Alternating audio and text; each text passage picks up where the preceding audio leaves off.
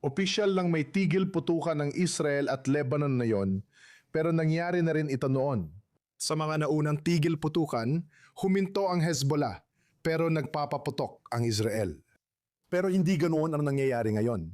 Nakikita natin na patuloy pa rin ang pag-atake ng Hezbollah sa mga puwersa ng Israel at sa mga komunidad sa hilagang hangganan ng Israel. Kaya ano ang nagbago pagdating sa Hezbollah? Ang mga taga-hilagang Israel ay tinatawag ang tigil putukan na ito bilang digmaan ng tigil putukan. Ibig ko sabihin, nasa isang ganap na digmaan kami laban sa Hezbollah. At ngayon, ito ang unang pagkakataon. Unang pagkakataon matapos ang matagal na panahon na umatake ang IDF ng mga targets sa hilagang Lebanon, 150 kilometro mula sa hangganan. Bago ito. At sa tingin ko, ito ay isang paraan.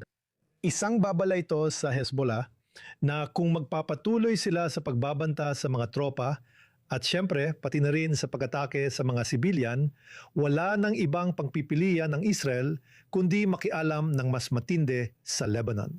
At ito, ibig sabihin nito ay mas malawak na pagpasok ng ating mga puwersa sa lupa sa Lebanon, pagtutok sa mga particular at mahahalagang targets sa Lebanon at mga targets sa pamunuan.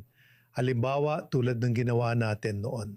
Hanggang ngayon, hindi natin ginagawa yon dahil may utos mula Amerika na huwag palawakin ang labanan hanggang Beirut at iba pang lugar. Ano ibig kong sabihin, dahan-dahang sumusulong ang Israel at tayo rin. Hindi pa tayo nasa dahiya pero nakasulong na tayo sa lambak ng beka sa hilagang bahagi ng Lebanon at dapat maramdaman agad ito ng Hezbollah. Kaya lang tulad ng sinabi mo, tayo ay nasa digmaan. Isa itong digmaang ubusan at ito mismo ang gusto ng Hezbollah. Gusto nilang manatili lang ang mga tropang Israeli sa isang lugar. Itinakda rin ito ng Estados Unidos na nagsabing huwag lalampas ng 10 kilometro sa loob ng Lebanon. At dahil dito at dahil sa pagkaunawa ng Hezbollah na ang Israel ay sumusunod at yumuyuko sa pressure ng Washington. At dahil sa tagumpay na nararamdaman nilang nakakamit ng Iran sa negosasyon sa Washington, pakiramdam nila ay mas lumalakas ang loob nila na maging mas agresibo laban sa Israel. At tulad ng sinabi ni Naim Netanyahu sa kanyang huling talumpati, ito ay alinman sa pagiging martir o tagumpay. Kaya walang paraan para pag-isahin ang dalawa. Ito ang kanilang desisyon. At ang desisyon ngayon ay isinasaalang-alang din batay sa iba pang mga salik. At ang unang elemento na nasa isip ni Hezbollah ay kung paano pabagsatin ang gobyerno. Kung paano pabagsakin ang gobyerno ng Lebanon. At ito ay isang direktang banta.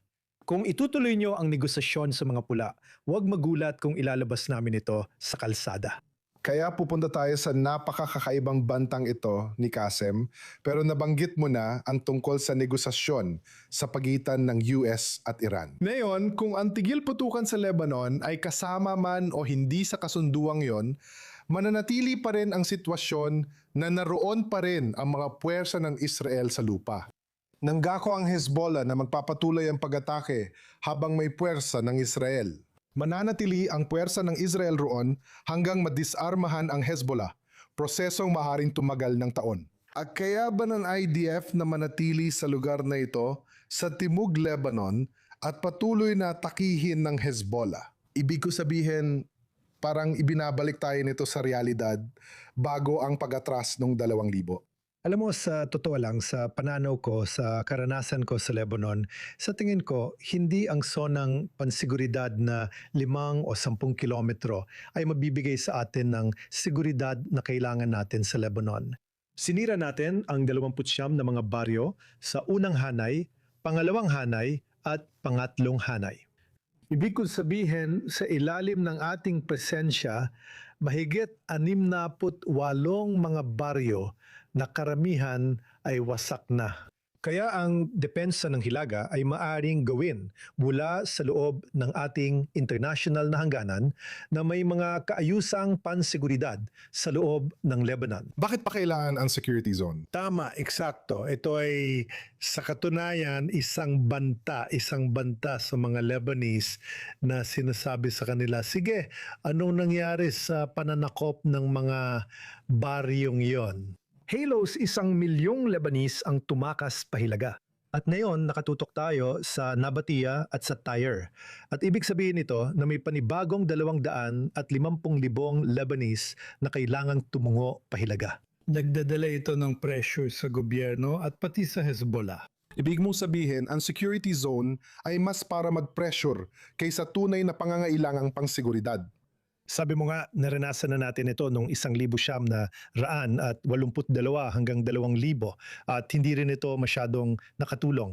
Tayo pa nga ang tinarget ng Hezbollah. At sa katunayan, tayo pa nga ang nag-udyok sa Hezbollah na maging kung ano sila na yon dahil sa kanilang pagharap sa mga tropa ng IDF at sa digmaan sa Timog Lebanon, ang hukbo. Ito ang ibig kong sabihin, isang katotohanan at pagsubok ito. Kailangan natin gawin ng lahat para maprotektahan ng atin. Kung ilalagay ninyo ang hukbo sa pagitan ng Lebanon at mga baryo sa Hilaga, maaari rin naming ilagay ang hukbo at ang mga baryo sa parehong posisyon sa likod ng aming internasyonal na hangganan. Gaya ng sabi ko, ginagamit namin itong baraha para mag-pressure at makuha ang pampulitikang solusyon kasama ang gobyerno ng Lebanon. At ngayon, Kailangan kong sagutin ang isang bagay na sinabi mo kanina, na parang ang layunan ng negosasyong ito ay para normalisahin ang relasyon sa Israel. Hindi ito ang pinag-uusapan ng mga Lebanese. Ang Lebanon, ang mga Lebanese na negosyador kasama ang Panggulo ng Lebanon ay pinag-uusapan ang pakikipagnegosasyon para sa pag-atras ng Israel, ang muling pagtatayo sa timog. Walang nabanggit tungkol sa normalisasyon o kasunduan sa seguridad kasama ang Israel.